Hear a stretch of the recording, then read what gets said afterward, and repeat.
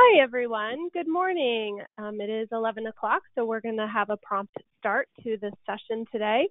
Good morning. I'm Amy King. I am the National Sales Director for Management Services International, and welcome to our course titled Captive Insurance Explained. This class will be monitored, and CPAs who are participating today for CPE credit will receive 2 credits upon completion. The CPAs are required to participate in our 6 polling questions. And should you need verification that you completed this course, records of today's attendance are kept electronically and can be located by contacting me. Upon completion of this session, you will receive a few handouts, including a certificate of completion, a summary of today's key points, and an evaluation form. There will be time at the end for us to take your questions. To submit a question, you simply write in the box on your screen. I will give the presenters your questions at the end of the session. In addition, if you would like the course material emailed to you, please notify me and I will share the slide deck. We are going to begin. So today's course has a few objectives. Do you work with business owners that have gross revenues of $1 million or more per year? Are your clients looking for better management of risk? Do your clients enjoy benefits that exceed the cost? Captive insurance is a great business solution if it is done for the right purpose. And business owners do not need to be a Fortune 500 company to participate in this solution. This continuing professional education course will help you understand and become more well-versed in the main benefits of forming a captive insurance company and how it can be a great business solution for your clients.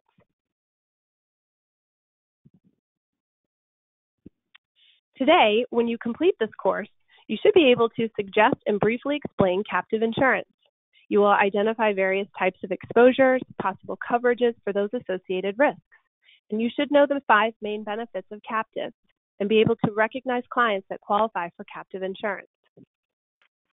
Today, we are going to discuss the types of captives, who qualifies for captive insurance, and insurance coverages available that are not offered with traditional carriers.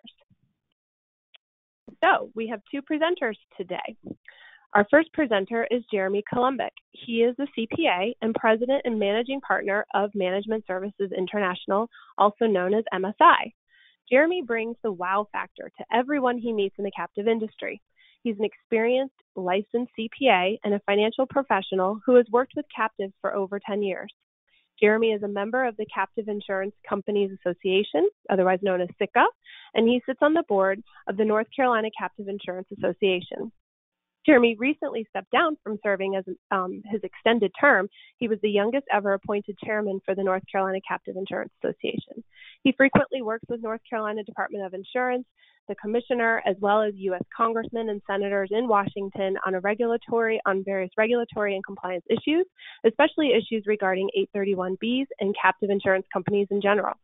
He's a sought-after speaker at national conferences and a published author for various industry resources such as Captive.com, Captive Review, Captive Insurance Times, as well as numerous other resources.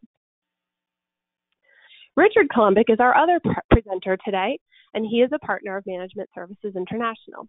He has over 40 years of taxation experience as both a tax attorney and a CPA. And he's recognized nationally as a former liaison committee member to the IRS Commissioner's Office in Washington, D.C. He has also headed up the Bar Association taxation committees on state, local, and national levels. He has been a member of the tax staff for one of the world's wealthiest families, as well as a tax manager at one of the largest tax practices in the country. So who are we? We are Management Services International, otherwise known as as MSI. We provide the finest expertise in creating and managing captives, also known as CHICs, and non-qualified deferred compensation plans, also known as NQDCs.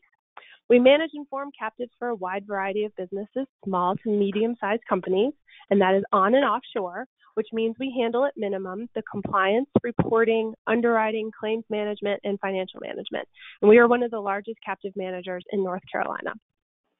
And we recently won a significant award that was judged by our industry peers, which designated us as the winner for Enterprise Risk Captives. Very exciting for us.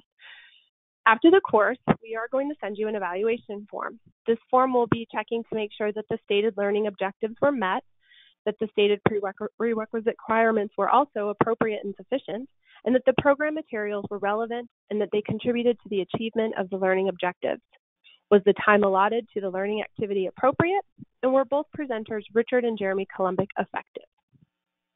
So let's begin. Jeremy Colombik is our first speaker today. Great. All right, everyone. So what we're going to be talking about today, as Amy initially presented, was different terms. For instance, what chicks and captives are, which are the same thing, because unfortunately in this industry, there's a lot of different terms, and they mean the same things a lot of times, okay? So whether you purchase insurance or not, you still have risk. And we're talking about how captives can be a great solution if they're done for the right purpose. And further, we're going to go through previous history, because captives are a long, thoroughly tested mechanism.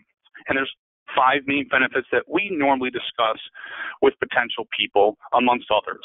We will be talking about increased risk awareness, which is just educating clients, how captives can be profit centers, as well as different ways that captives can help layer on to traditional policies by plugging exclusions or gaps in those policies. So first, let's just go over what is a captive or a chick. What a captive or chick is an insurance company. It obviously must be established by a state or domicile that license it. So therefore, it's allowed to be regulated by that entity. So captives can take on a number of different forms. What I'm going to go over is just kind of a few of them based off of the NAIC. First one is single parent or pure captives.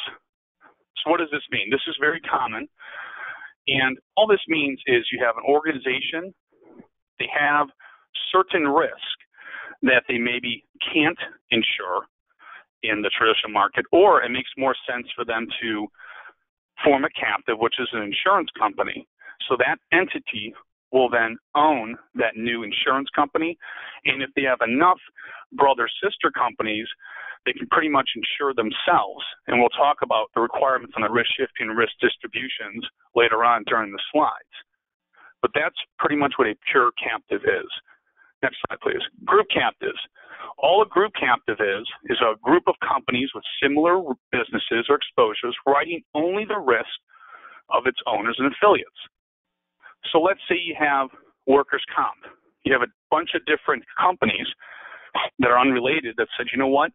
Let's all get together because our insurance costs are so high. It makes a lot of sense. We can get a group of us together and kind of insure that type of risk. That's an example of a group captive. The next captive is an association captive. An association captive is very similar to a group captive, but this is where it's owned by trade, industry, or service group. The next one we'll talk about is called a rent-a-captive. I saw this more popular before our next one, which we'll talk about protect cells and everything else. Rent-a-captives are designed because captives can be very, very expensive to form. So a lot of the smaller business owners necessarily might not make sense for the benefits exceed the cost. So what they do is they participate and rent a captive. They don't directly own the captive. They're paying a participation fee. Now, I don't see this as popular anymore because we're going to be talking about what's called protected cell captives and segregated cell captives, as well as sponsor captives. Now, again, they all virtually mean the same thing. They're extremely similar. Different states and jurisdictions use different terms. But all protected cell means is that you're sharing basically the expenses and the cost associated with it. You would have pretty much what's called a core. Okay? The core, view it as a risk pool. All these different unrelated entities pay their premiums to the core. And in return, the core will generally hold on to half the risk, and then it will reinsure half the risk to each different cell. And each of these different cells will be a different owner. Okay? And why do we use 50%? Well, again, we'll discuss about this. This has to do with risk shifting and risk distributions under the IRS safe harbor rule. Okay, the final one, which we'll mention, is risk retention groups. There's not as many risk retention groups organized, and a risk retention group is an association or group captive formed for the principal purpose of assuming and spreading risk for commercial liability exposures. So again, this is just, again, quick terms of the captives, about a couple different ones.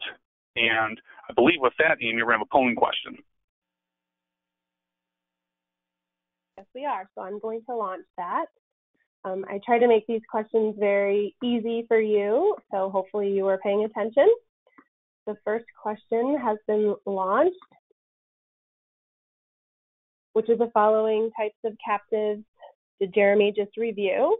If you are a CPA participating, you are required to answer this question. So we'll give it a couple seconds here. Almost everyone has voted.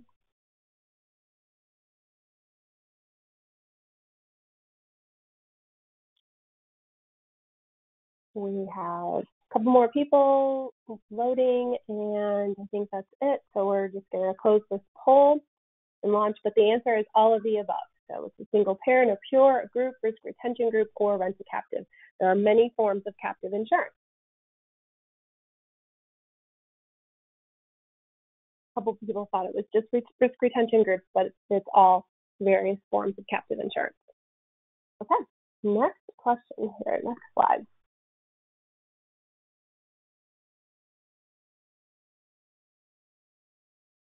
Okay, and I believe Richard is going to talk. Can you guys see my screen, Jeremy and Richard? Yes, I can. Wonderful. Good. We're going to get into lessons learned in captives, both some history and also what's going on today. I'm Richard Colombik, and I'll be talking, of course, along with Jeremy today on this. If you hear me coughing, hacking, sneezing, wheezing, it truly is not designed to be a distraction. Unfortunately, a little bit under the weather, but I so enjoy the captive area that I didn't want to miss it. So I hope the presentation will be a lot more interesting than my hacking while I'm talking. Okay, let's get into this. Now, a lot of people believe captives are this recent development in law, and that before recent time periods back in the 1980s, which for some of you isn't quite as recent, for some of us it is pretty recent. But the fact is, insurance companies have had special deductions predating the 1913 code. In fact, as far back as 1909, certain mutual companies were actually exempt from taxation, and the ones that weren't got taxed as regular corporations with special deductions. Now insurance companies have their own special section of the code which defines insurance company taxation. In the late 30s through 1954, mutual non-life companies were exempt if their underwriting income that they got from premiums plus their investment income was not greater than $75,000. So they initially carved out a small section of the code, and obviously $75,000 in 1939 is a much bigger number today. And by 54, this had increased to $150,000. Again, you know, that type of translation, 150 is worth about 8 to 10 times that today. So it would be an equivalent to over $1 million for today. Now, from 54, the next code change really happened in 1986, because you'll notice it went from insurance companies in the early 1900s to mutual non-life insurance companies, till finally in 86, a broader exemption for, quote, non-life companies, whether they were a stock company or a mutual company, if its net premium income was not greater than $350,000.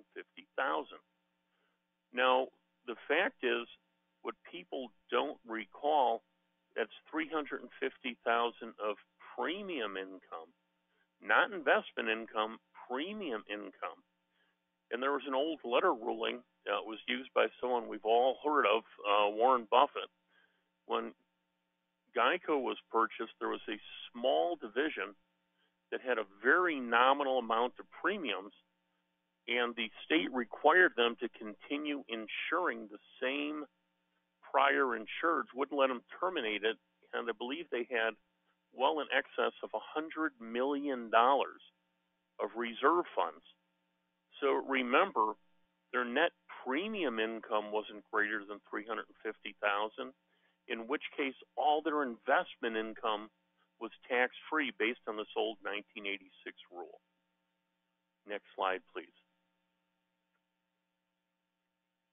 Well, in '86, aside from having the rule of the $350,000 in premiums, most companies wouldn't have a reserve requirement that large, and the $350,000 in premiums just wasn't a large enough amount to make most of these companies viable. The companies, again, being non-life, meaning you're a property and casualty company.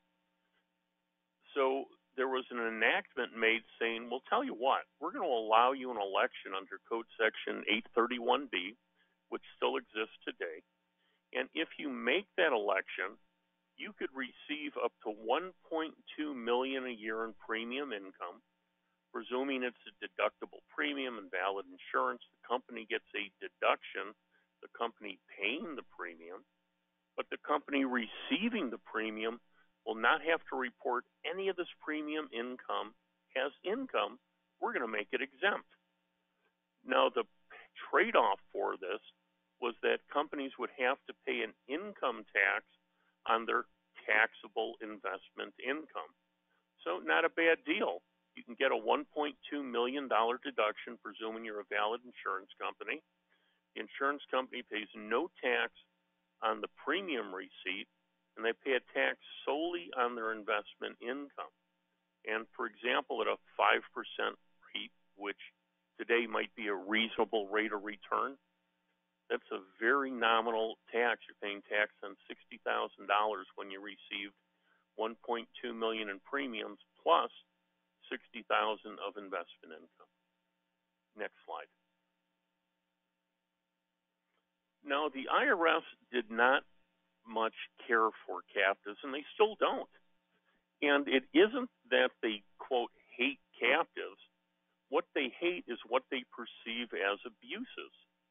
Now, the problem is, since initially captives were very poorly understood, there were many attacks that were brought out, later overturned, in court cases overruling them. And a lot of these go back to the IRS theories. One of their first theories they came out was the economic family doctrine. And the economic family doctrine said, well, we have a parent company that owns the captive, might be brothers, sisters, but you're all related companies. Therefore, you're part of one economic family.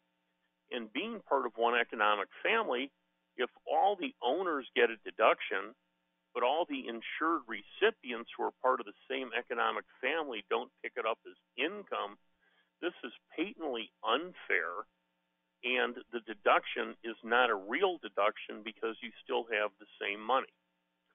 Now, the IRS unsuccessfully argued this theory in a plethora of cases. Finally, after losing 100% of the cases they argued under the economic family doctrine, they finally abandoned it in 2001. A new line of cases came out in the 90s, which really defined what captives are. And I've cited a few of them, Malone and Hyde being one. We'll get into Humana in a little bit. And the court said, you can't lump everything together. You've got to go to a facts and circumstances approach to determine if the transactions constitute insurance. Now, the reason that is so important, even today, when we get into our discussion of current court cases that are happening this year, last year, ones that are pending trial, ones that are going to have rulings issued, the same issue is being addressed. Is these Is this case constitute facts and circumstances where an insurance company is present? Is there risk shifting? Is there risk distribution? Is this bona fide insurance? Is this deductible? So the focus hasn't changed, but the cases have. And it's still a continuing argument to look at on a case-by-case basis. And subsequently to the rulings in the 90s, the IRS, as I mentioned, is advocating even through today, we got to look at a facts and circumstances test. And you can look back at old technical advice memos, field service advice memos, and they're looking at facts and circumstances to see whether the transaction at issue constitutes insurance in the commonly thought of sense of what constitutes insurance. Next slide, please. Now, I mentioned the Humana case. Why did I mention this? Well, it's a perennial case, and it was decided almost at the same time, Humana in the Sixth Circuit and Harper's in the Ninth Circuit. And there was an issue at that point in time with captives of, one, were they even allowable? And number two, one of the big factors of captives are risk shifting and risk distribution. Now, risk shifting is the common notion of insurance. You pay a premium, and if a risk occurs that is covered, your risk has been shifted to the insurance company, and the insurance company pays a valid claim. The insurance company, of course, won't just insure one risk. They'll insure thousands or tens of thousands or millions of risks to try to create a big pool for this risk shifting and distributing the risk distribution. Now, the Humana case was fascinating because at that point in time, there was not a definitive set of case law that said whether brother-sister companies could be constituted of a group to share risk and distribute risk. Now, Humana was a very specific, interesting actual case. What happened in Humana was the fact that in Humana, the Humana large hospital chain, Humana did not have the ability to get their malpractice insurance renewed. And they had, at that time, 22 different hospitals. And all 22 hospitals, I believe that's the correct number, no longer had malpractice coverage. If this continued and there was no health coverage, then no malpractice, they would lose their licensing and all their hospitals would be shut down. Humana then went and researched and found out they could create their own captive insurance company. They could properly fund it. They had enough subsidiaries, approximately 21, that each subsidiary, being a separate company, would pay the exact same premium it did the prior year for the exact same coverage. The only difference would be that the insurance company was owned by Humana rather than being owned by a third-party company. The IRS came in and said, wait, same economic family. They're all brother-sister related companies. As such, we're not going to allow the deduction. Well, this went through the tax court, went up to the Sixth Circuit, and the Sixth Circuit said, wait a second. We're looking at true insurance. We're looking at fair market value pricing. You're getting the same coverage for the same amount of dollars that you paid with a third-party company. The only difference we have is the parent owns the company rather than a third party. So we don't have an issue as to pricing because we're pricing it fairly and properly. We don't have an issue as to risk shifting and risk distribution because each one of your subsidiaries is legally a different company. And we've got 21 different companies insuring the same risk. And we don't have a problem with the policy language. You pretty much use the same policy language. The court said that brother-sister companies are allowed. They are separate subsidiaries. They do have a separate existence. However, they wouldn't allow the parent company a deduction because there was no other party sharing the parent company's risk. So all the subsidiaries got deductions, brother-sister deductions were allowed, and risk shifting and risk distribution was established in the case. Now, the Harper's case, which was from the Ninth Circuit, which came across in a similar time period, addressed a different aspect of Humana that didn't have to be delved into Humana, and that is, how much third-party risk do you need to have sufficient risk shifting and risk distribution? Remember, captives are small. They're usually, when I say small, they're not going to generally be multi-billion-dollar companies. They're going to be a smaller company used with either a group that's going to share risks. It's going to be used with a rented captive, but a much smaller combination than you'll see with a large commercial carrier. And since there were no established rules, companies would come out, and almost every big company in the world at that time tried to establish a captive. And they would say, okay, we're going to keep 99% of our risk, and we'll take in 1% of the third-party risk. Is that enough? And the court said no. So another firm would try 2%, 3%, 4%, and they had these plethora of cases. Harper's finally came down, and they came up with the magic number. And I said 30%. Well, the magic number was 29.6% of third-party risk provides substantial and sufficient risk shifting and risk distribution to qualify as an insurance company. The IRS subsequently issued a safe harbor saying if you have 50%, we'll leave you alone. So you'll see most cases used, and most companies today use a 50% number to go into the IRS safe harbor, even though in theory the case law says you only need 30%. Next slide, please. Now, has insurance been free from doubt in the captive area because we have Humana, because we have Harper's, because we have Malone and Hyde, because we have private letter rulings? The answer is absolutely not. The IRS is still actively litigating insurance cases, and they normally look for what I would say are the bad fact cases. Now, what's a bad fact case? We can all chuckle. You know, it's the client that wrote off $300,000 for lunch, and he claimed it was one lunch and lost the bill but paid cash. That's a bad fact case. Well, in insurance, your bad fact cases generally revolve around risk shifting, risk distribution, insurance purpose, and running your company as an insurance company.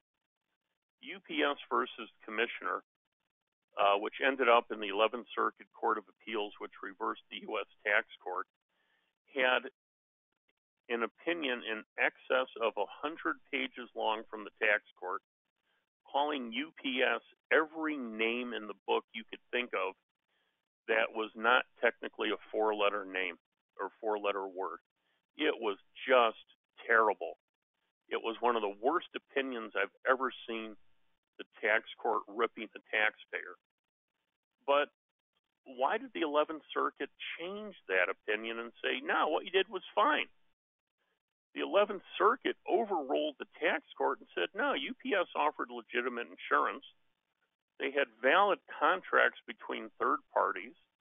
The pricing was at arm's length. And UPS had restructured its excess value insurance to create general obligations that were enforceable by a third party, and that the fact that UPS wanted to make money is a profit motive, and profit motive is substantial and sufficient as economic substance. Now, for those of you who are wondering what I'm talking about, anytime you take a Federal Express or a UPS or a DHL, there's a little box you check that says if you want insurance. And if you check that box, you list a value and they charge you a little bit of money and you're, quote, insured.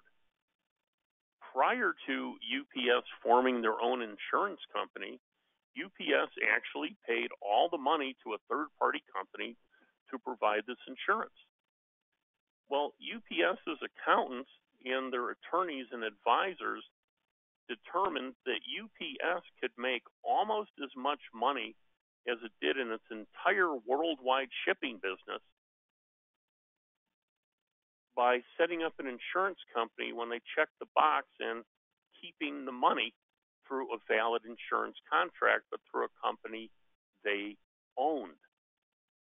And UPS did this before they went public. So the original shareholders at UPS actually ended up owning this insurance company. Now, let's take a look at the next slide and talk a little bit about how this worked.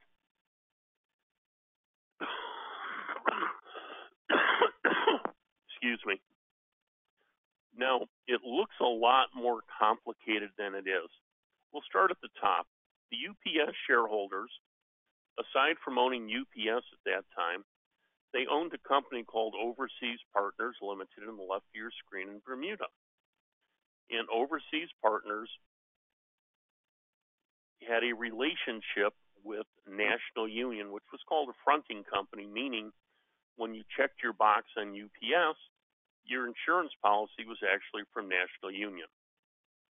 The UPS customers on the right would pay a premium to UPS.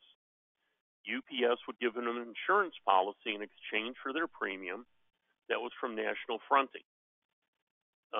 Union. National Union would get paid a premium by UPS, that issue an insurance policy to UPS, and they'd pay a big portion of their premiums to Overseas Partners Limited for providing excess coverage on losses.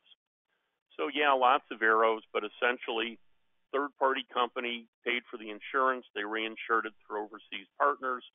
Overseas Partners ended up sending the profits to the UPS shareholders. Now, right now you look at this, in theory and in practice, there's absolutely nothing wrong provided we have third-party pricing, which we did. Actual insurance coverage, which we did. We had risk. Packages could get lost. Yes, we did. But why did the IRS get so upset, and why was the tax court so upset? Well, UPS intelligently addressed this. Once your box is checked on your package, the UPS driver, when they go to the box, they separate the packages that request insurance. They're now scanned in individually. They're put into a separate segregated compartment on the trucks, and they're taken into a sorting facility. At the sorting facility, the locked packages are scanned. They're kept in another locked facility. When they get flown out of town, they get put into a locked facility on the plane, again, individually scanned in and accounted for. When they go to their destination, scanned, separate lock and key. The amount of losses that UPS incurs is infinitesimal. It's almost all 100% profit. Next slide, please. Well, so everything they did in theory sounded good. I think I forgot to tell you one thing. When the IRS went to the documents that UPS had, they had tons of files that said, what a great tax scam. We can make a fortune doing this. This is going to get us zillions of dollars of refunds on our taxes. This is hysterical. So what did they really do? They rubbed the tiger's face in some salt, couldn't figure out why the IRS was upset. Lesson, if their files would have said this is a really good business deal where we can be profitable and we can cut our risk and increase our profits, we'd have non-tax reasons for establishing a captive. So if a company is going to establish a captive, feasibility studies are generally done. The feasibility study should emphasize the business purpose, the potential economic advantage, the non-tax reasons, asset protection, risk shifting, risk distribution, as well as demonstrating it's an arm's length transaction as to how you got your pricing, how you pay your different parties, and you just didn't make the numbers up to fit your balance sheet. Now, UPS was ultimately successful even in spite of this. But think about it. If they properly documented their non-tax reasons and they demonstrated in a feasibility study why what they're doing made economic sense, we wouldn't be talking about them because they would have won the case on the audit level. Next slide, please. Well, I guess we ran out of that section. Jeremy, do you discuss reinsurance? Actually, this is part of your discussion as well, but I'm happy to chime in if you want. That's okay. I guess we can't get rid of me yet. No. Okay, let's talk about reinsurance then. Now, what is reinsurance? If you remember, a captive is taking in business from various sources. And previously, how this was set up is various companies would join together in a captive, and Jeremy went over many of the forms of captives. And in this scenario, we have 1, 2, 3, 4, 5, 6, 7 businesses going into a captive. Why do we do that? In prior IRS rulings, they have said that if no one owns 15% or more of a captive, and you have, therefore, at least 7 unrelated parties, you have more than sufficient risk shifting and risk distribution. So the idea used to be to get 7 unrelated businesses or more to take their risk and write a check to the captive. Made sense, complied with IRS rules, and that was the general way reinsurance was done. Next slide, please. Well, what happened from that point is many companies got concerned that, well, we're technically providing the risk shifting and risk distribution, but we don't like the fact that we're only insuring and reinsuring in the one captive. So instead, let's have a reinsurance company formed that's adequately capitalized, and all the clients' businesses will actually buy their insurance coverage from the reinsurance company. The reinsurance company will then reinsure this risk, which now takes into effect 1, 2, 3, 4, all the businesses, and will reinsure it through various captives. So now we have 2 levels of risk shifting and risk distribution. And IRS rulings came out and said that, yes, this was an allowable way to do it. And most of these companies were restructured to allow this particular type of reinsurance structure as a safe harbor, even though, again, the IRS does question the validity of what you're doing to make sure that it's true insurance, risk shifting, risk distribution, fair market pricing, and that you're being run as a real insurance company. Next slide, please. So, what really is the purpose of a captive tax-wise? Let's take a look at this for a little bit. You have to look at captives not in a vacuum. And by that I mean there are cases other than captive cases that determine whether or not captive insurance is valid tax planning. Yes, you have to be a valid insurance company, but even for example, the Fifth Circuit in 1972 in Supreme Investments said there isn't tax avoidance if a taxpayer determines its tax liability in accordance with the rules specified Congress and pays the tax Congress intended it should pay. Well, 501c15, which is the section that defines a captive insurance company, and when I say that, 501c15, as you all know, is in the exempt sections of the code. Hospitals, churches, schools, benevolent funds, religious organizations, and yep, captive insurance companies. Because 501 merely says that you cannot, the following entities are not subject to income tax. And if you go to C15, it'll say insurance companies other than life that have either gross income or premium income, depending on what year you look at, currently is $600,000 or less, And since 1986, an election under IRC Section 831B has been available, so that initially you could increase this to 1.2 million. Today, this election can take up to $2.3 million of taxation. So these are validly passed congressional laws that one is allowed to utilize to help determine their taxation, provided they're done properly and validly. Next, please.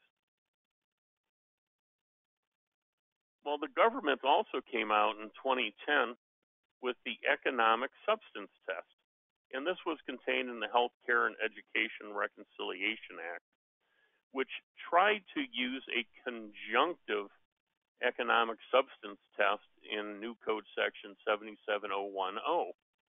And when I say conjunctive, one of the problems they had is there were different circuits with different rules on how you would determine whether something had economic substance.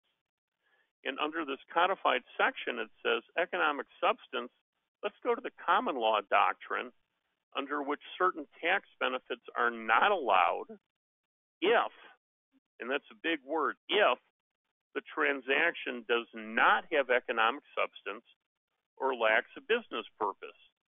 And it states within the section the determination of whether economic substance doctrine is present is relevant to a transaction will be made in the same manner as if the legislation had never been enacted.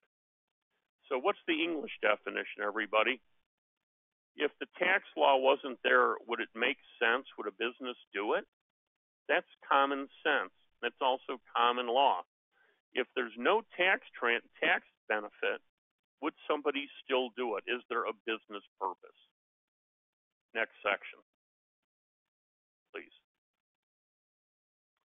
Well, the same statute further states, in the case of a transaction to which the economic substance doctrine is relevant, such transaction will be treated as having substance only if a two-part test. One, the taxpayer changes in a meaningful way, again, apart from federal tax, their economic position. Okay, let's say you purchase insurance, we're buying from a third party. Have you changed your economic position? Answer, yes, you paid money out for someone to insure a risk. If a captive is a valid captive, have you changed your situation? Yes, you've paid money out to insure a risk. And remember, it's conjunctive, and the taxpayer had a substantial purpose aside from federal taxes to enter into such transaction. So if you have huge insurance and you have valid risk and you're paying a commercially reasonable rate, yeah, you have a non-tax reason for doing this. You're concerned that if you incur a loss, your business won't have to pay it, or it'll only pay part of it because the insurance company will pay it. So as a result of this enactment, it resolved the conflict amongst various circuits, courts of appeals as to how the doctrine should be applied by making it a two-part conjunctive test. Previously, there were many circuits that made it in either-or test. And this way, we now have a federal rule. We know what the rule is. It's codified in the code, and it's much easier to comply with because it isn't based on where you're doing business. It's now a national uniform law. Next slide, please. So,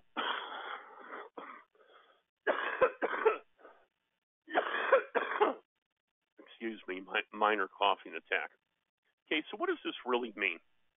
Let's take a look at the statute or code section you're using. Are you trying to get a result different than the code section was intended?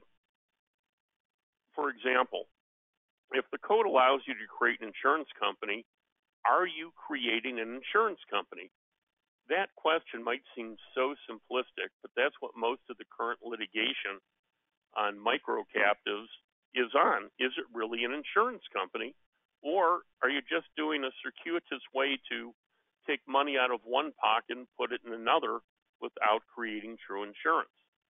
If so, and if it's a true insurance company and it's profitable, then in almost all events, there's economic substance based on the UPS case, because the UPS case has said that if you make a profit, profit motive has economic substance. So you must be an insurance company, and it doesn't say you have to make money, but you should sure have an idea and a business plan to make money. Otherwise, why did you start the new business? Next slide, please.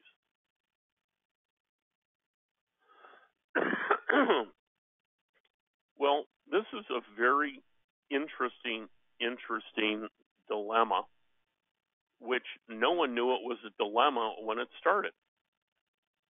President Obama didn't sign a lot of tax legislation that helped as many affluent companies and people as many folks hoped he would.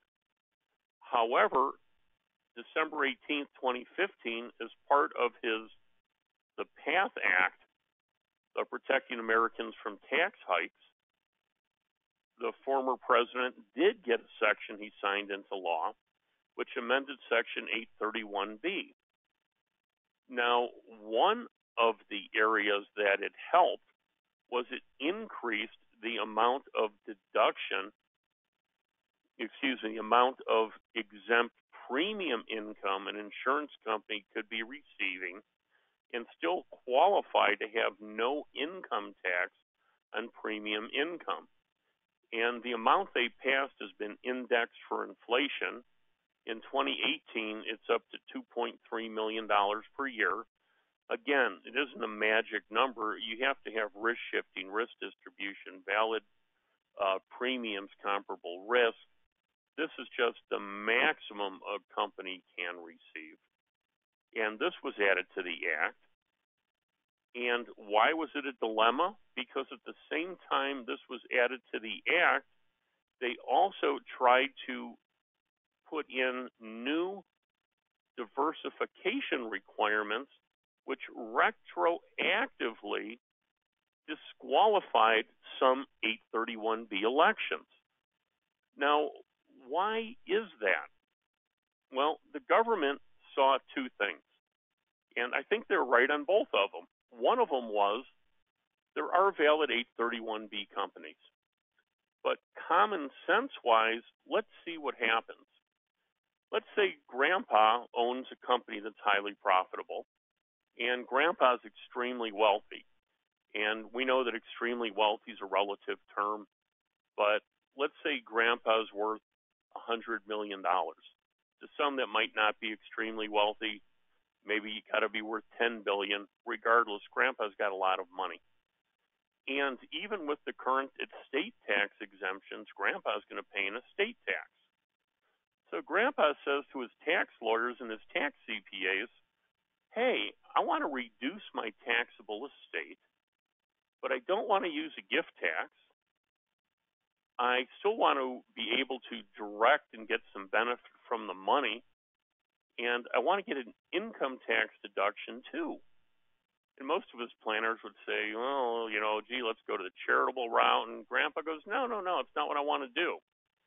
Well, someone comes up to Grandpa and says, hey, let's set up a captive insurance company. And we tell you what, Grandpa, we're going to have irrevocable trust or intergenerational trust for your family own it. When the company starts out, it has almost no money. It's just going to need enough seed money in order to capitalize. And that might be just a few $100,000. So Grandpa makes a gift of a few $100,000 to these trusts. Trust forms a captive insurance company, and the trust is now taking in and billing, because Grandpa's companies have the risk, $2.3 million a year in premium.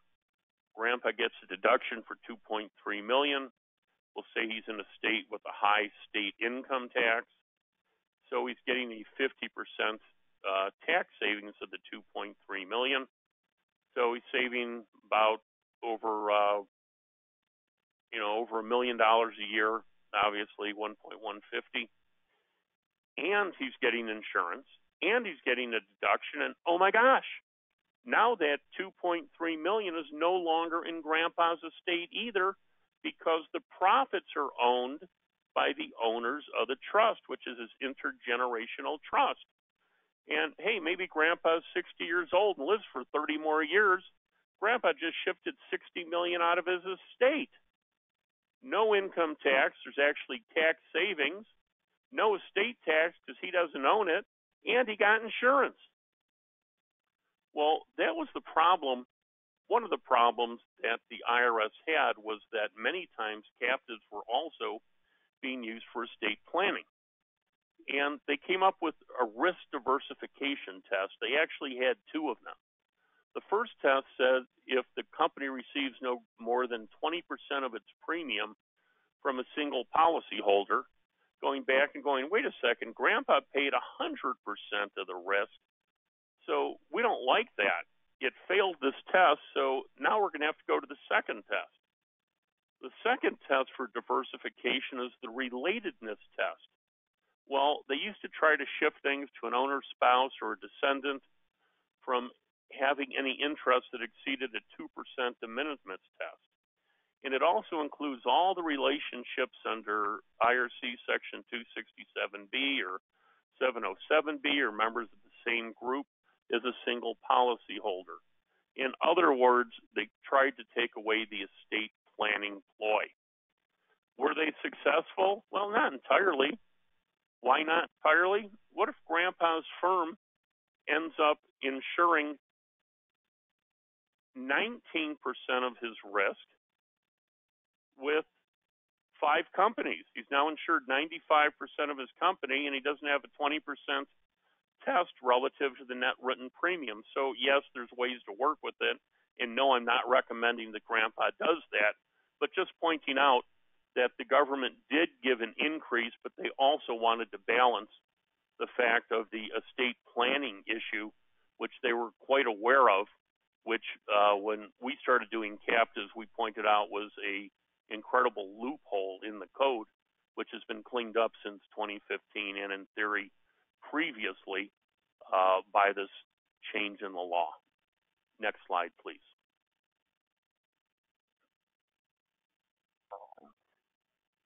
Now, why did I say previously in the law? This is one of the scary things about tax law, everybody. When they passed this law for tax years beginning after December 31st, 2016, it contained no grandfathering provisions. Therefore, what Grandpa had done was perfectly valid from 1999 through 2015. In 2016, he was no longer an 831B company because he would have violated the new rules. So it didn't change the law regarding the definition of insurance, nor further define an insurance company, but it did, and it does eliminate the ability to keep a valid 831B election if you can't qualify under the diversification requirements. So whether you qualify is extremely important because you can end up losing a valid election for doing nothing wrong other than not having your risk diversified sufficiently. And that's, of course, where MSI comes in, as well as other qualified professionals, to help guide you through and your clients through these planning issues and making sure you do it right. Next slide, please. Well, can't let good enough stand alone, can we? It's been almost a couple of years since there's been a tax change. Well, the Consolidated Appropriations Act of 2018, and by the way, I'm never going to figure out where they come up with all these acronyms for names for tax acts, but the most recent change this year amended 831B. And now it says for the first diversification test, policyholder refers to the direct insured and not to a reinsured. So if you're paying money to the reinsurance company, you're not going to circumvent the rule claiming I'm not the policyholder, the reinsurance company is.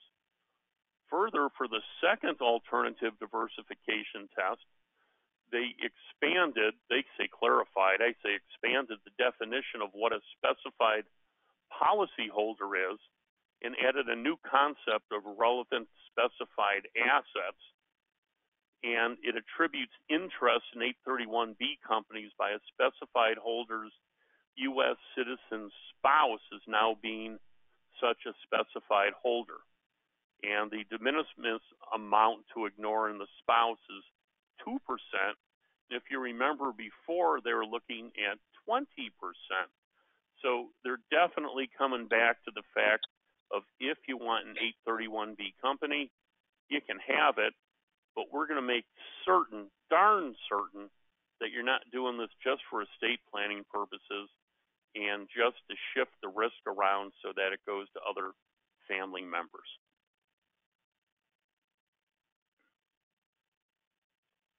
Well,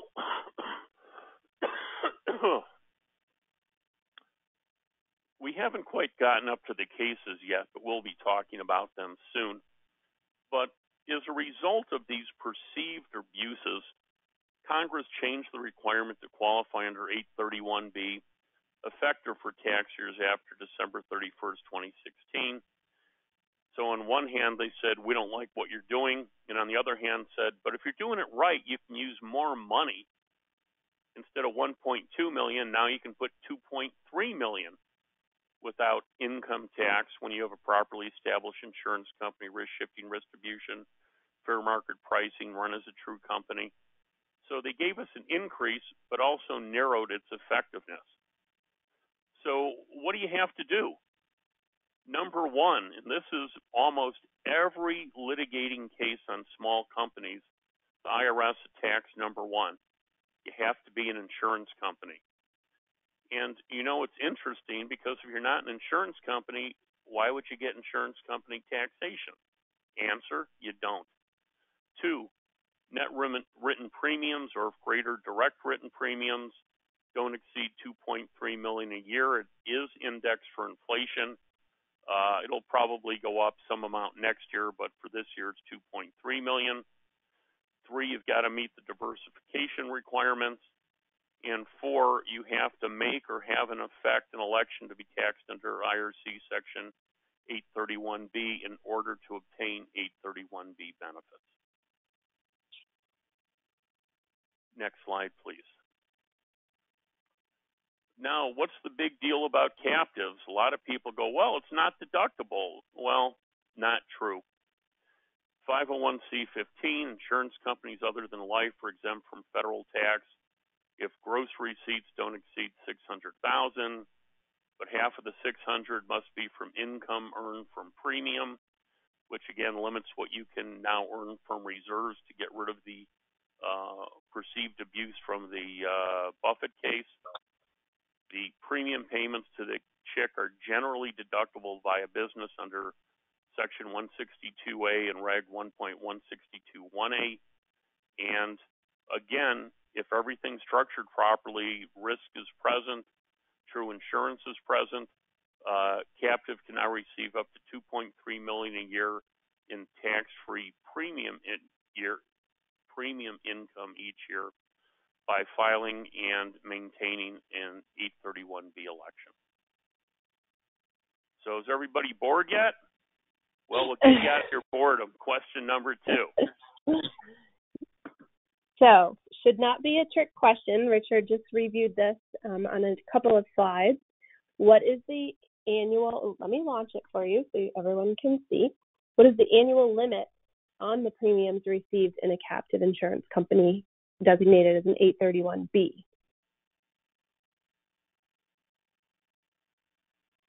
Keep in mind, it just went up this year, 2018.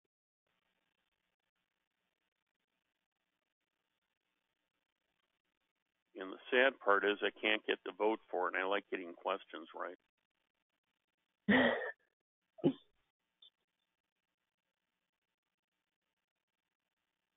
So we have just a couple more seconds if you want to vote, just for fun. If you're not a CPA, if you are a CPA, you are required to vote. We're going to go ahead and launch what everyone has said, and most of you did get it right. It is $2.3 million that can be received in an 831B small captive insurance company. And we're going to go on to the next slide, which is about regulation.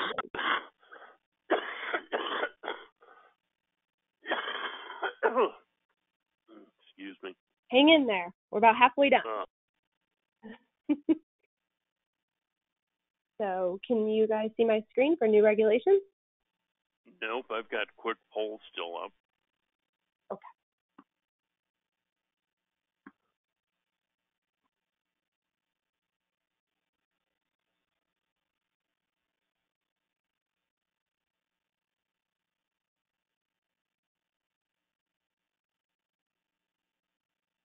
Bear with me. I'm just trying to close that poll. Okay.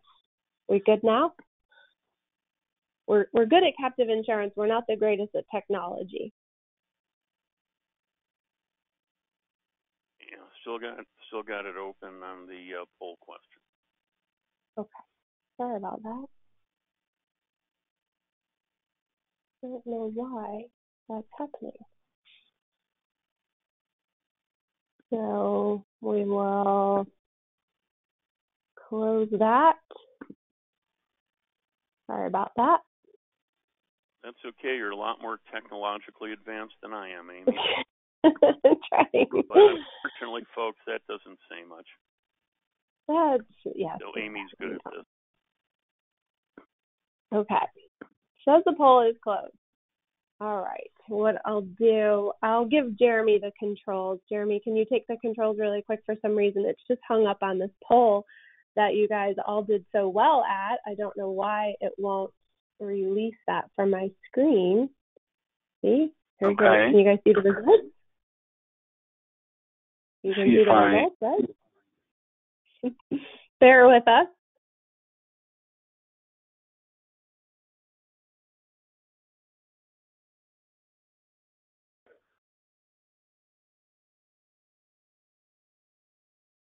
Is it back to you, Amy, or to me? Nope, you have it. Okay. You just have to show the slides. I'm trying to grab, I can't open, unfortunately, the slides, so it looks like we're having a little technical difficulty here. Is that it? That's it. Yep, you're on. Okay. All right, Dad, go right ahead. Okay, was there a screen before this, or is this it? That's it right now. Okay. Here we go. Well, IRS Notice 2016-66. This particular notice managed to scare the living heck out of a lot of the captive community, out of the advisors, out of the clients, for really asking for very little information. In 2016-66, the reason everyone was up in arms is it asked for information because the IRS admitted we don't have a clue what's going on. And there's eligibility requirements under 831B. We need to gather information because we don't have the resources or the budget to audit every single captive in the world that has a U.S. base. So we're going to ask people to give us some information so we can figure out if we should even look at them. And this notice allowed the specifics of the required information to be prepared and developed by the IRS. Next slide, please.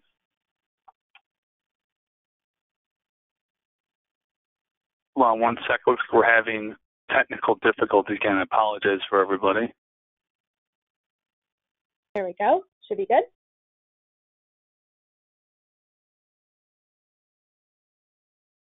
Oh, Is it working? Got your inbox, Jeremy. Yeah, I don't know what's going on here.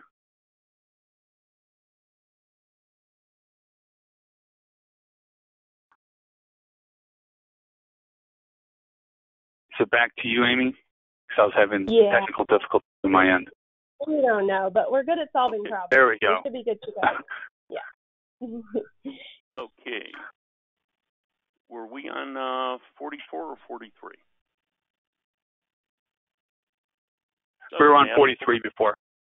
Okay. Now, what did Notice 66? Yeah. What did Notice 66 ask for? They said, okay, we want to find out if these are transactions of interest. Now, the thing that I think alarmed people is the reporting form for reporting transactions of interest is the same form, but for a different purpose and sent to and used for different purposes that reports other types of transactions. So they wanted people to fill out a transaction of interest form. And to do it, you had to meet the following requirements to be a transaction of interest.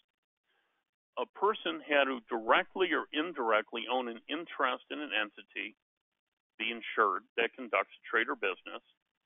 And second, the insured or related people directly or indirectly owned at least 20% of the voting power that contracts with the insured. And that would generally be an 831B company that was treated as an insurance or reinsurance company. That was part one of number two. And, next slide,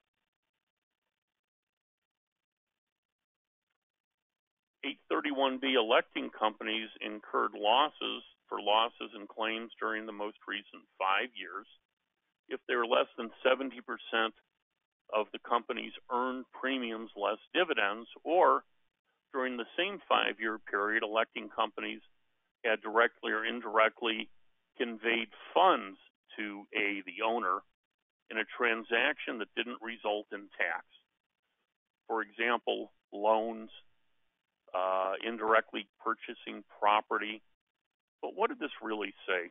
First thing it said, at least to me, was, one, if you own less than 20% of a captive, and remember we talked about safe harbors from the IRS being a group of captives that had 7 or more people, in which case no one owned more than 15%, we don't even want to hear about you. Number two, one of their sections, such as in this page, you had 70% of losses or distributed dividends, we don't want to hear from you. Well, if you had 70% losses, you'd be out of business. You couldn't cover your risk. And three, did you get distributions that weren't capital gain, where you're loaning money back? So they're asking for specific information. Two of the three types of information they're asking for, to me, are the red flags. Did you do the circular money routine? You put all your money in, then you loaned it back to yourself? Or two, do you end up not taking any money out, or you had an extreme amount of losses? But in the regular sense of it, if you own more than 20%, you own your company normal, okay, we'd like to hear about it, but we're not going to have the same amount of red flags as if you're taking your money out in a circular transaction. The reason I note that is something they look at very heavily on these recent bad fact cases. So a filing had to occur, and nothing wrong with filings, and the IRS is trying to gather statistical data to figure out what is a good captive and what is a bad captive. Next slide, please. They also said, we want to know who material advisors are and all participants to the transaction to give us some information. In fact, can you tell us what you mean by insurance coverage? What are you really insuring? Now, a lot of you might laugh and go, oh, you're going to insure regular stuff. Well, we have a few cases, one of them a fairly recent one I'll talk about later, that I think their insurance risk was one step below insuring aliens from landing on their roof between 3 and 4 in the morning on Tuesday. It was just ridiculous coverage, and you don't have to be an insurance underwriter, you don't have to be an IRS agent, a CPA, an attorney, a bank officer. You just have to be someone with a reasonable bit of common sense to look at it and go, this is ridiculous. So they're looking for ridiculous. And the initial reports were supposed to be filed January 2017, but it was extended to May 1st of 2017. Again, an information request.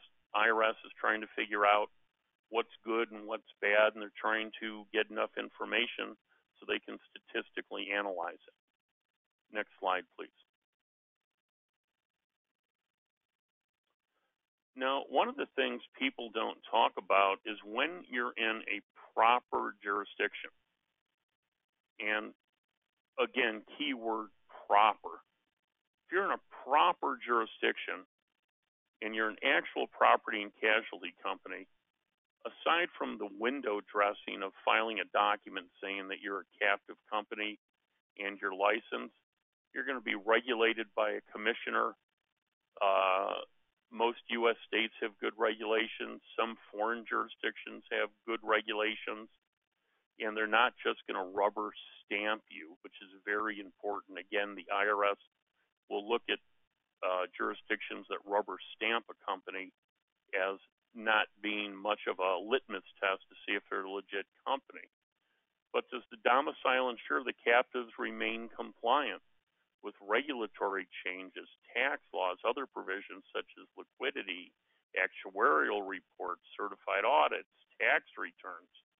And most experienced domiciles offer flexibility, regulatory compliance, progressive environment to help the captive succeed, but they have oversight to make sure you're really an insurance company. And again, some of the cases that we'll be going over later, I don't even think a rubber stamp would be as high a standard as the jurisdiction provided. You paid them a fee, you were an insurance company. Didn't have to do anything, just had to pay them a fee. Next slide, please. So I think we finally get Richard a break. You mean you're finally he does get a break. Thank you. So here's what we're going to be doing. I'm going to go over some domiciles and some other information about the captives, and I'm going to go through it kind of quickly due to our time constraint and some of our delay, but still do a great job. It was very important, obviously, to go through and explain that the captives have been around for a while, and case law, obviously, that proves it. So let's talk about domiciles and the 831B. This is just a picture of many domiciles in the United States that are licensed to have Insurance Act. One of those is North Carolina. So why does North Carolina and over 31 other states have a captive law? There has to be a reason for it. Of course there is. They collect premium or some type of fee, and it creates more jobs. Insurance companies create a lot of jobs. In that sense, then it creates more revenue for the states. So states are in it for money because it works out well for the states, and therefore if it works out for the states and the states can get more money, then therefore it's a good opportunity for both areas, for business owners as well as the states. Next slide, please. So, again, what is an 831B? My father previously addressed this. It's an election, okay, by an insurance company to receive up to $2.3 million a year currently of premium without paying taxes on those premium dollars received. It does not affect at all the deductibility of an operating business paying premiums and getting deduction, just like when businesses now pay for their premiums. For instance, you have insurance agents with E&O. These are different types of premiums. You pay a premium, get a deduction. This is a valid insurance company, which means that this can create up to $2.3 million in deduction in the operating business, push those monies over into the captive, and have the captive pay no income tax on the premium dollars received. Now, obviously, this is done through actuarials and cash flow and everything else. But in theory, yes, this could be done. Next slide, please. So, again, a lot of repetitive here. Let's review this. What is this 831B eligibility? Non-life companies, so property and casualty, and currently premiums less than $2.3 million. Now, just if you go over $2.3 million, you're still an insurance company. You're just not under the 831B election. You're an 831A, which means that the insurance company does not get the same tax treatment. Investment income is taxable. Why is that? Well, if the captive is not paying taxes on the premium dollars received, That means it doesn't get to deduct, obviously, the operating expenses, but it will pay taxes under the 831B on investment income, and therefore will be able to deduct investment expenses associated with that investment income. Net operating loss utilizations is limited, and the election is revocable with IRS consent. Next slide, please. So there are a few different structures with the captive. We're going to go over a couple of them. Let's go over the first one real quick here. This is a typical structure. Remember, the insured is the business, okay? So the business says, I'd like to create a captive because it makes sense for the business. So the business will either pay premiums to this slide to the captive they formed, and that captive then will reinsure it to a risk pool, obviously to meet risk shifting and risk distributions. And these owners will also be the board of directors or on the board of directors for the captive. And the captive will hire a captive management firm like MSI or other types of captive management firms who are more like the quarterback. Because in order to operate a captive, you need some actuaries. You have to obviously get it regulated by the domicile or domiciles. You have audits. You have taxes. You have third-party administrative claims. You have a lot of work there involved. So you need all those different people to be part of the structure to make sure that it's regulated and filing all the necessary paperwork. Next slide, please. So, again, this is just explaining it versus where we're showing it before. You're going to have individual business become the shareholder. The CHIC, which means closely held insurance company, which is the same meaning as a captive, will offer property and casualty insurance for business entity. Okay, that means it's offering coverages to the business that's obviously owning it. The business applies for insurance coverage, which means you have to fill out a questionnaire, like a risk assessment questionnaire. I'm looking for a certain amount of coverages. Here's my gross revenue. Here are my last claims. Here's what we're thinking our risk is. The actuary, as well as the manager, we assess those areas. And one of these areas that we'll talk about later in the 5 main benefits, as I mentioned previously, is increased risk awareness. We're going to educate our clients. Sometimes business owners are not aware of certain risks. They'll say, you know what, I never thought about that. And we bring that to the client and say, you know what, if this happened, this might actually have you go out of business. Policies are approved and issued to the business. So after the underwriting and the actuarial comes back and the pricing comes back, you say, you know what, here are the results. Do you want to pay for all these different coverages? Maybe they do. Maybe they, hey, I don't want all those coverages. I'm going to pay for these. Okay. Policies then approved. Premiums are paid. They're issued to the business. Next slide, please. So this slide is going to be going over another structure that's very common. You have the operating business pays premium to what's called a seeding company or a fronting company. Very fancy terms for the company writing paper. Again, in this industry, we want to make sure that we confuse everybody with the terminology. That's all it means. So if a business pays premiums to a seeding or fronting company, it reduces the risk. Why does it reduce risk? Because you're paying premiums. You get an insurance policy. In return, this seeding company would then make up the pool, so you'd have half the risk split there, and the other half would be pushed off to the reinsurance company that this owner owns. And that shows it at the bottom of the slide. So at the bottom of this, it shows, hey, you know what? I have an operating business. I'm now going to invest capital, and I'm going to own a reinsurance company. I'm going to pay my premiums to a pool, and that's where everyone's going to pull their risk together, and then half the risk is going to get pushed to my own reinsurance company. Okay? Between the seeding company and the reinsurance company, there's an agreement, very common agreement in the 831Bs. It's called the quota share agreement. Okay? Next slide, please. So who can benefit from a captive? Let's talk about some qualifications. So first, do you work with business owners that gross revenues have $1 million or more per year? This is a very interesting qualification. Most advisors that we've talked to nowadays said, you know what, I always thought, I might have heard of captives. I always thought they're for like the Fortune 500 companies, or you have to have at least $10 million of gross revenues and a budgeted premium of $500,000. I said, that's not true. I said, depending on the captive program, a business owner potentially can gross as little as $1 million or more per year, and potentially have a minimum budget annual premium of $100,000 or more per year. But again, there's different structures. Are your clients looking for better management of risk? This is another great area of why captives are sought after.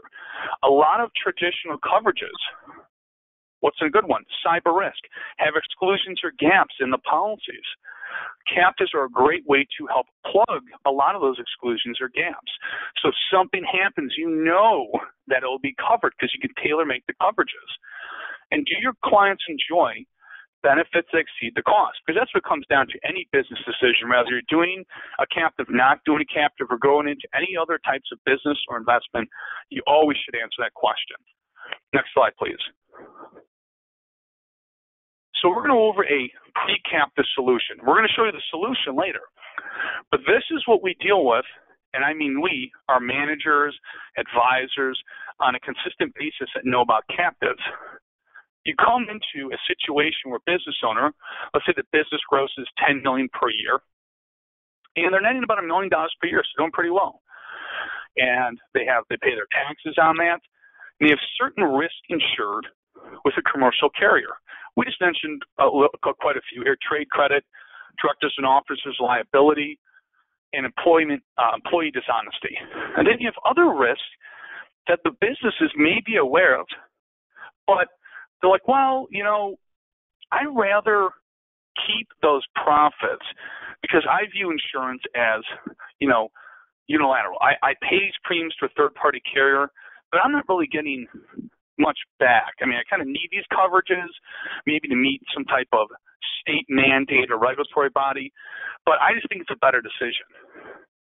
And what you get to show them, we'll show them this later, is, that's not the best decision. How about if you end up owning your own insurance company, or owning part of an insurance company, and pushing those risks over to the insurance company, creating a profit center? You probably end up having more dollars doing it this way than if you did not do a captive. And we'll go through a post-captive solutions, but I want to give you guys food for thought on that. So let's go to the next slide, please. So let's identify typical exposures. You might have heard of some of these. Relies on the reputation and referrals. Wow. Nowadays, it's about everybody, right? Everybody's pretty much on the web. We're up in the clouds, right? Everyone's on a cloud. Well, if you rely on your reputation and referrals, that's a great coverage for a captive. Reputation expense reimbursement. It's interesting, isn't it? Almost all of our clients have that covered because, remember, somebody could slander or do something in your business. That's definitely a coverage that is a complete risk out there that's not really available in the traditional market. Keeps track of their invoices with their laptops. Well, it sounds like you might have, if someone hacks in there, you might have a cyber risk problem, which is one of the most sought-after coverages nowadays. Has multiple employees and one key employee. Okay, this is kind of different coverages here, but you might have a key, kind of a key employee type of coverage out there. And the business is located on the coast where natural disasters may occur. This has to do, unfortunately, we had a lot of devastation with hurricanes. And a lot of clients thought they had this great business interruption policy, and you know what? The policy had some exclusions or gaps, and the carrier didn't cover it. Now, luckily, we had a few of our clients that ended up tailoring these coverages, or they didn't have the traditional coverages. I mean, the traditional coverages, I'm referring to the traditional carriers, they ended up getting through the captives, and it saved their business. Next slide, please. Okay, here we go. Wish me luck. I hope that my technical challenge is over and that hopefully this poll works this time. I know it worked. We just needed to close once it launches. Okay, so there is a poll, and you guys see that poll, Jeremy? I see the poll, Amy. I see the poll. Okay. So who qualifies doing great. for captive? Okay.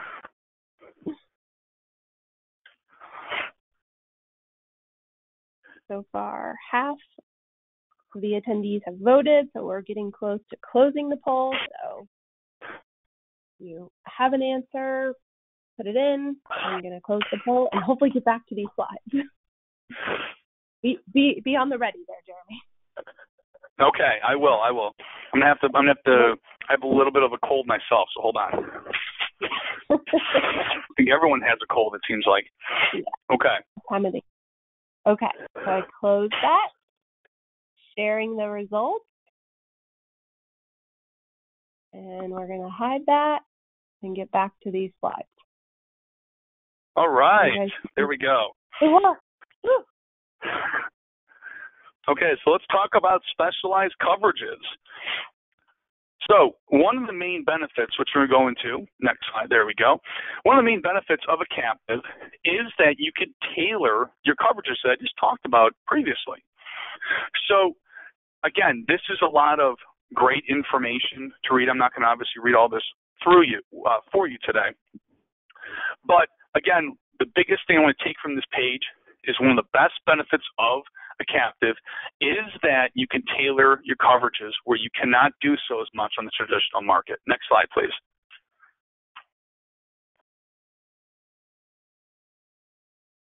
So what are some typical coverages? These are not all the coverages. I'm going to show you a slide in a second here, but these are some real typical ones that we've seen before in the marketplace. We just talked about reputation risk, cybersecurity, business interruption. I would say the two most common coverages that we get asked about right now to either insure completely or assist with the traditional coverage is business interruption and cybersecurity. Next slide, please. As I mentioned, now these aren't all of the coverages available. These are just typical coverages that we, again, divided up into different categories based off of gap coverages, property coverages, executive risk coverages. And again, if you guys want this type of information, you can absolutely email Amy at the end of our presentation today, and she'll be happy to send over these slides to you. Next slide, please. So one of the good areas about captives has to do with more control over claims. Wait, what? An insurance company, you have more control over claims? How is that possible, right? Right now, if you have traditional coverages, you kind of call your carrier up to give you a bunch of documents. You probably read your policy for the first time because most people don't read their policies until something happens, and you try to go through the shuffling act, and then maybe something happens months and months down the road. That's different with the captive. Okay, captive, remember you own your own insurance company, part of it. It means claims get turned around quicker. Okay, well, how quick do I mean? Potentially less than 30 days, depending on if you get the information that the captive manager will be requesting. And just like any manager, when you get your policies issued, there's a form and a nice instruction manual of how to file a claim. Next slide, please. Oh, our next question. Yes, because we are required to launch these wonderful questions. Okay, go ahead. Okay, so I have question number 4. What is not a typical captive insurance coverage?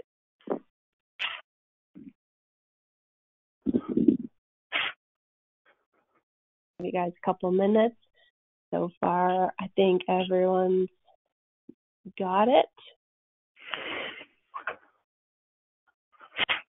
And one of the handouts that you will receive after this class is that coverage sheet so that you can review that and think about if that would make sense for your clients to have any of those coverages in a captive.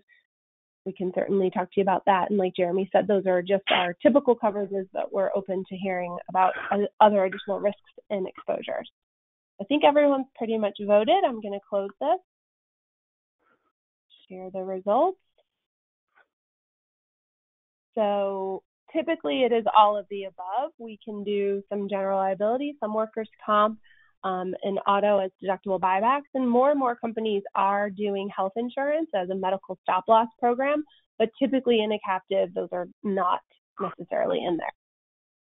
So can you see my screen, Jeremy? Main benefits of captive. I cannot see it. I'm still seeing what is not typical captive insurance coverage. Okay. Can you see the polling results? Yes, I can.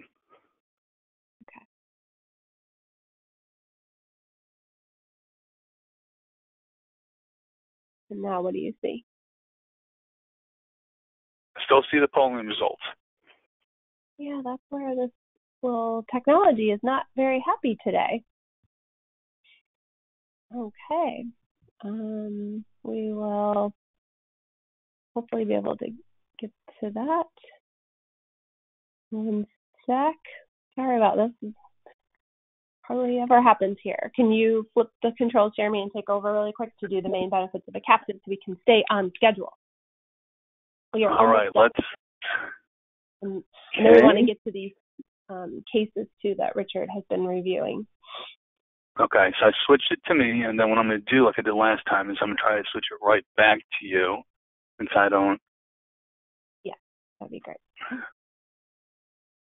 All right, do you have it back control? Okay. There we go. Okay. See, we're learning here, people, unfortunately. Things happen. It's how you take advantage of them. How you deal with them, excuse me. Okay, so let's talk about the main benefits of the captive. As I mentioned before a polling question, there's 5 main ones that, I'm not saying these are the only ones, these are just the 5 main ones that our firm and most firms kind of talk about when they're dealing with captives. Talking about a profit center. So what we talked about this throughout the course today is, remember, currently, if you're buying your coverages through a traditional carrier, what do? You pay your premiums, get your expense, but that's it. The carrier gets to keep all the profit that's made on those. So if you don't have any claims that given year, which a lot of people don't in certain coverages, the carrier is keeping the profits. Well, now if you end up pushing that risk into an insurance company you own, and you don't have really claims that year, or few claims, you get to keep the profits because you're going to be owning the captive. Second one, reduced commercial insurance premiums. In small insurance companies, the 831Bs, what's very common is high deductible policies. Let's go over an example. Let's say you have a cyber risk policy, and it covers $3 million, and your deductible currently is $1,000. It's costing you $50,000 a year, as I'm just making up this number. What you can do is you can say, you know what, I'd like to increase that deductible to $250,000. And usually, generally, the first $250,000 is a lot of the premium that's charged for the carrier. And let's say, for instance, that cuts your premium from $50,000 to $25,000. You can take that portion of the risk and push it into the captive. And now, if there's something that happens, you still get this total amount of coverage because you have the first $250,000 of the captive, and then you have above $250,000 to $3 million with the traditional carrier. Okay, so that's very common, and you're pushing a portion of that risk into the captive that if there aren't claims in that given year or smaller ones, you get to keep the profits. Next one, better management of risk. As I went over previously, this is very common with why captives are formed, and a big reason why. Hey, you know what? I have a certain coverage. I have a gap or exclusion that I need to get covered because my policy probably will not cover if this happens. Increased risk awareness. This is education. Okay, educating the clients about maybe certain exclusions they weren't aware of on their policies that they thought they were completely covered on, or other types of coverages and exposures they weren't aware of. And finally, tax benefits. Yes, under the 831B, there is a greater tax benefit than the 831A. Right? You get a deduction, as you normally would, for any of your insurance premiums. But now you can push that expense, right? So you have, let's say, $2.3 million. The operating business pushes it over into the insurance company, that you would own shares of stock in, picks it up to $2.3 million. It does not have to pay income tax on the premium dollars received. It doesn't have to be, remember, it's up to $2.3 million. So we just talked about the profit center. So again, just a quick kind of recap. We did talk about the reduced commercial, the better management of risk, and the increased risk awareness. And again, the reason that we're going through these quickly is I just went over the example, and we definitely want to make sure that we end this on the proper amount of time. So after this, let's go to the next slide. Let's show the post-captive solution. I think this is very important. We showed the pre-captive solution where business owners a lot of times or advisors said, you know what, there's not a better way. This is very commonly shown. So you know what? This is a better way. Here are the 5 main benefits we talked about. And this is why a post-captive solution side by side for this potential example makes a lot of sense. Same business grows in $10 million per year, netting $1 million, right? So what's happening now? Well, what's happening now on the left-hand side on the captive solution is this business decided, you know what? We're not going to self-insure a risk with after-tax dollars, basically. We're going to insure it through our own captive. It reduces down, obviously, the business's taxable income, which is a tax benefit, okay? Pushes the risk over to the captive and gets to keep the profits of the captive, which are under less taxes. So you can tell that the total dollars you add in the profit center are more than if they didn't have the captive solution. They also may have reduced their commercial insurance risk, as well as plugging some exclusions or gaps, and they're probably educated in some other risks that they maybe were not aware of that were insured now through the captive. Next slide, please. So let's go over the pooling process. This is very important. So everybody always wants to know, how do claims work? Well, like any insurance company, all insurance companies, captives are expected to and will pay claims. If you're not expecting to pay claims, you're not an insurance company, okay? So let's go through kind of an example. This is, I think, a very nice chart to articulate how this would work. You have the business that's the insured. The insured pays premiums, 100% to the seating and fronting company, which is one of the examples I showed earlier. As you can tell, this company pools everybody's risk, okay? Half that risk is in the pool, half the risk goes to the reinsurance company that the insured would own. So if there's a claim, 100% of the funds get paid out by the seating company, but half of it comes from the pool, which the reinsurance company is owned by the insured. That's half of it. They're part of that. And the other half comes from the insured if they file the claim, okay? Next slide, please. So claims will be charged as paid. Okay, as I just said before, and this kind of spells it out, 50% of the claim will be charged to the chick immediately. That's talking about the reinsurance company. If you file the claim, you're responsible for half because you're reassuring half the risk because you're the reinsurance company, and the seating or fronting company, that pool, that's responsible for the other half, but you're part of that pool. Okay, so let's say there's a big group of 100 of you. You're responsible for, and you all pay the same premiums, you're responsible for 1/100th plus 50% of the claim since you're reinsuring half the risk. All right, next slide, please. So policy period as of December 31st. So let's say a policy was issued in 2017, and it'll expire in theory on actually, it's supposed to be here, 30th of 2018. So if a policy was December 31st of 17, it will expire December 30th of 2018. So I apologize for that typo. And the final 25% will be rendered by March 31st, 2019, net of pooled claims. Let me explain this. Okay, a lot of people always want to know how much money does these pools have to hold on to. It's a judgment call by the manager, so to speak. Well, you generally seek is, depending on how much claims the pools have, there's usually around at least 25% that's kept. So let's give me an example. Let's say you have $100,000 that you pay.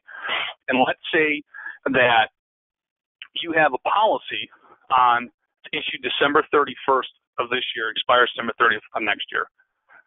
Well, that means $25,000 will be held until March 2019. Why is that? Well, an insurance company doesn't generally issue the same date policies for every single policy. You'll have policies issued during different time periods.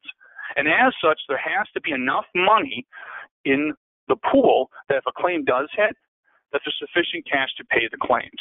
And that is why not 100% immediately that the seating or fronting company will make all the availability for the pool funds. Okay? Next slide, please. Oh, goodness. These stress me out. Absolutely necessary, so we remain compliant. And to see if you guys are paying attention. So I have launched question 5. Hopefully you can see that. We are collecting responses. I tried to make these questions easy to not stress you out, but launching them does stress me out. Okay, so almost everyone has voted, and in a second here, I'm going to close the poll and hope we can move on.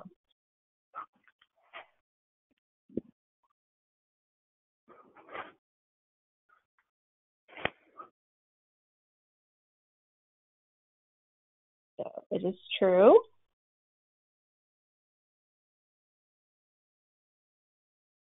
And can you see the screen, or do we have to do our trick again? Whew, okay. IRS regulations. This is when Richard comes back in.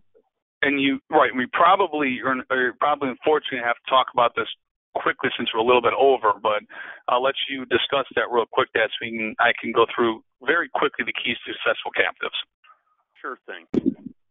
Well, the IRS continues to examine captive insurance companies, both public companies and private. They've listed these for a long time on their dirty dozen list of tax scams.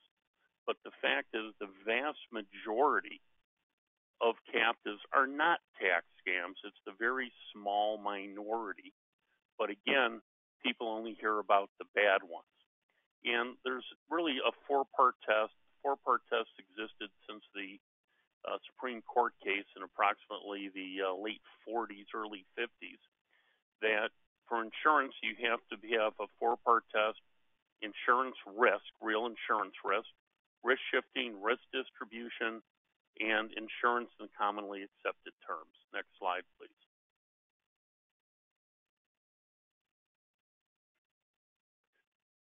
There's been tons. In fact, I mentioned the test from the Supreme Court. There's been tons of cases over the years.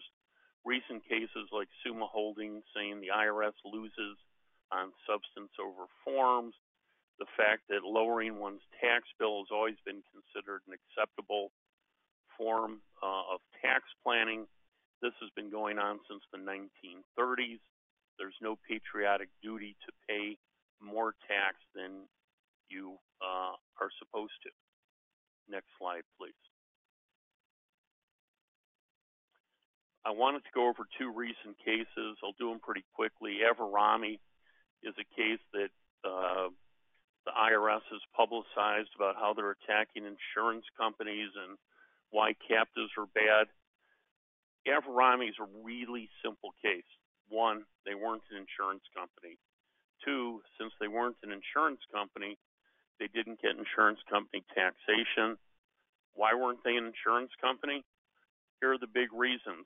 Averami owned some jewelry stores. His sole risk was insuring against a biohazard terrorist attack. To date, there have been no biohazard terrorist attacks on jewelry stores in the United States. Don't even know if there have been overseas. And his policy was written so restrictively that their own actuary testified that it would be almost impossible to ever file a claim. Add to that the circular theory being Averami took all his money out every year, so if he had a claim, he already looted the money from the captive and couldn't even pay it. And just to make it really good, he was in a loosey-goosey foreign offshore jurisdiction where if you paid money, you were stamped as an insurance company.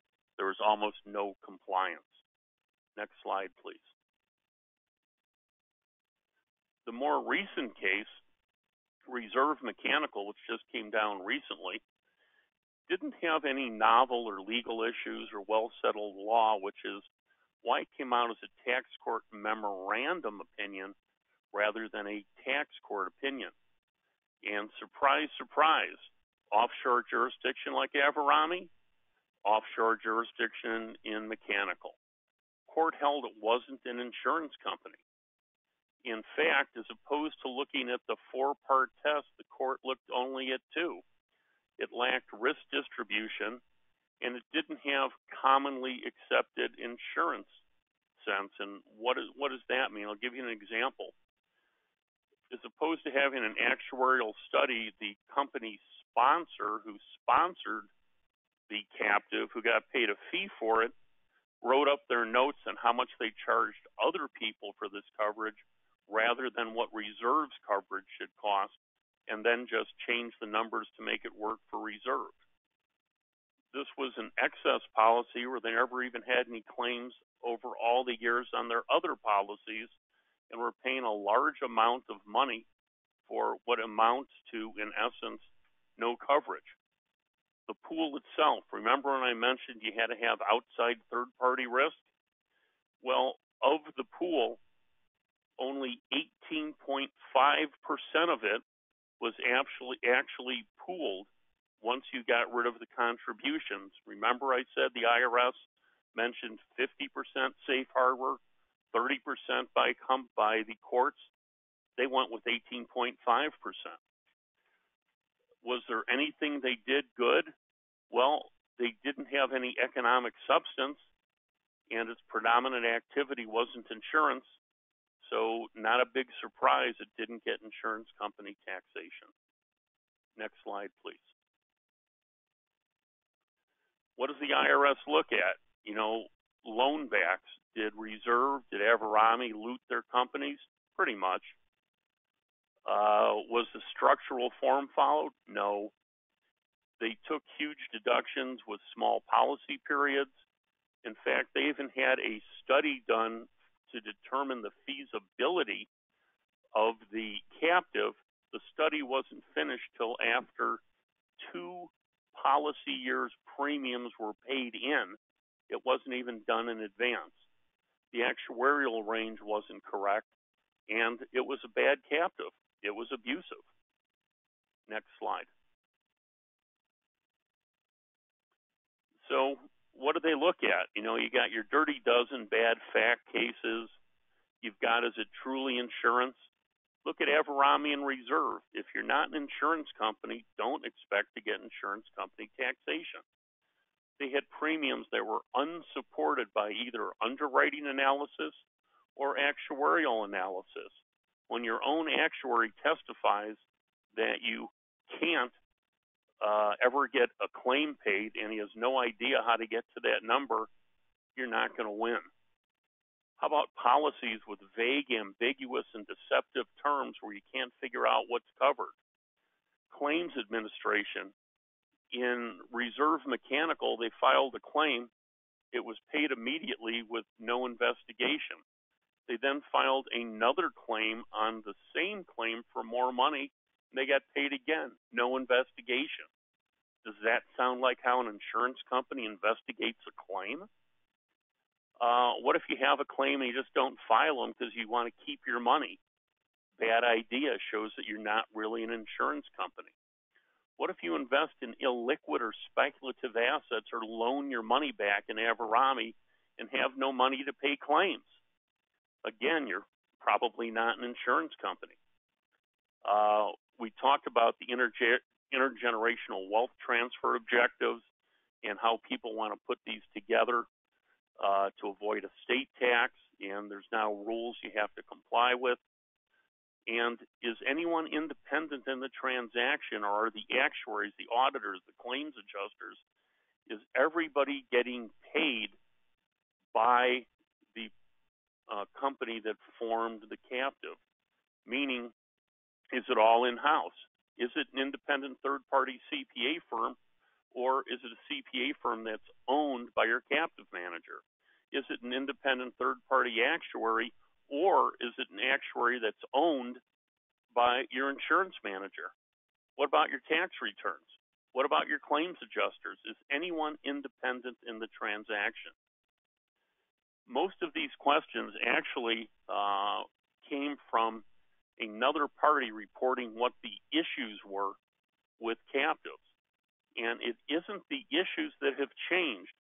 The issues have always been the same. It's just a matter of doing it properly.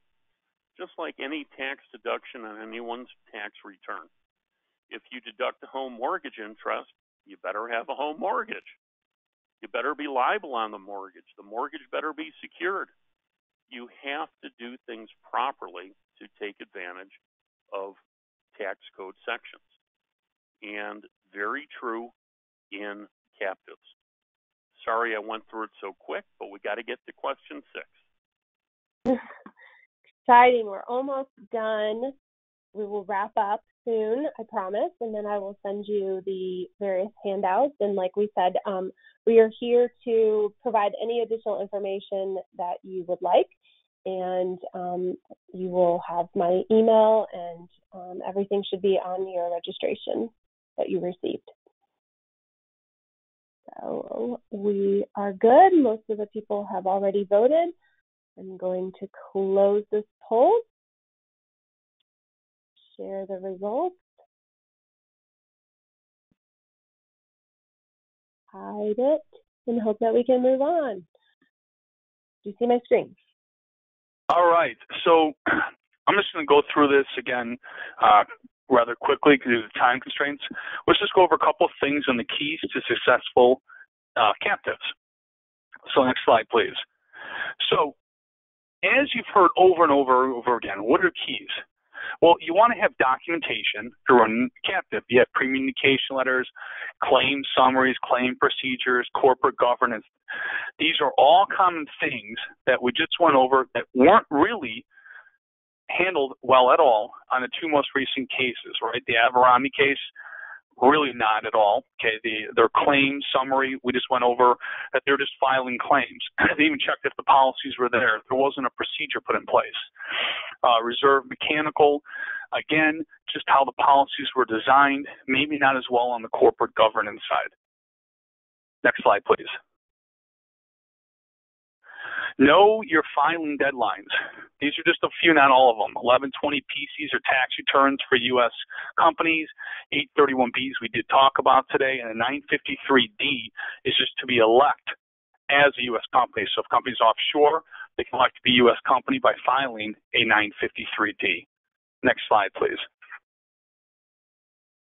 Documentation is key. You cannot have unexecuted contracts because that means they're not contracts. Policy delivered after binders. Final actuarial studies not provided timely. You can't have an actuarial 2 years later and then say, oh yeah, it took 2 years and now I have my policy. Again, it's not how an insurance company would run. This is an insurance company. It absolutely is there to make profit, to make money. So there's nothing wrong with having that. It's a profit motive. That's okay. But insurance companies have documentations, and they have procedures, and everything of this should be done, and that would be a very big key to running a successful program. So in summary, let's go over the slide once again. 5 main benefits we talked about today. Profit center, reduced commercial insurance coverage, better management of risk, increased risk awareness, and tax benefits are 5 main benefits that you should look at to see if this is right for a potential client or for your client. You should look at, obviously, we went over the previous history of captives around for a very, very, very long time. There's court cases that prove certain directions that, hey, you know what, if we have 50% in risk shifting, risk distribution, we're under the safe harbor rules of the IRS. You can absolutely do this to make money because that's a successful business. We had a Sumo Holdings case regarding economic substance, which can be applied to captives, okay, over substance over form. So, again, we can look at things that we looked at today in prior reports such as Averami and Reserve Mechanical, which is the more recent one, and say, you know what, are there certain fact patterns that the IRS are looking at? You obviously have to have a very buttoned-up type of claims procedure and run it like an insurance company. And again, we apologize for the obvious technical details. Hopefully everyone had learned a lot today and has a great rest of the day. I'll leave it up to you, Amy. Thank you so much. So again, we're going to be sending you the handouts right now.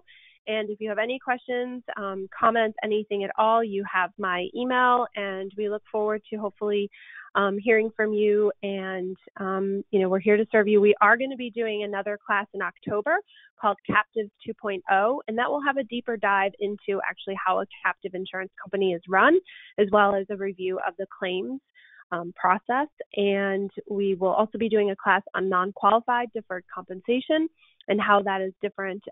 It's considered a 409A election versus setting up a 401K. So we're going to be looking at the benefits and advantages of a non-qualified deferred comp program, And so we're here to serve you. Please let us know if you have any questions. And again, thank you so much for joining us today.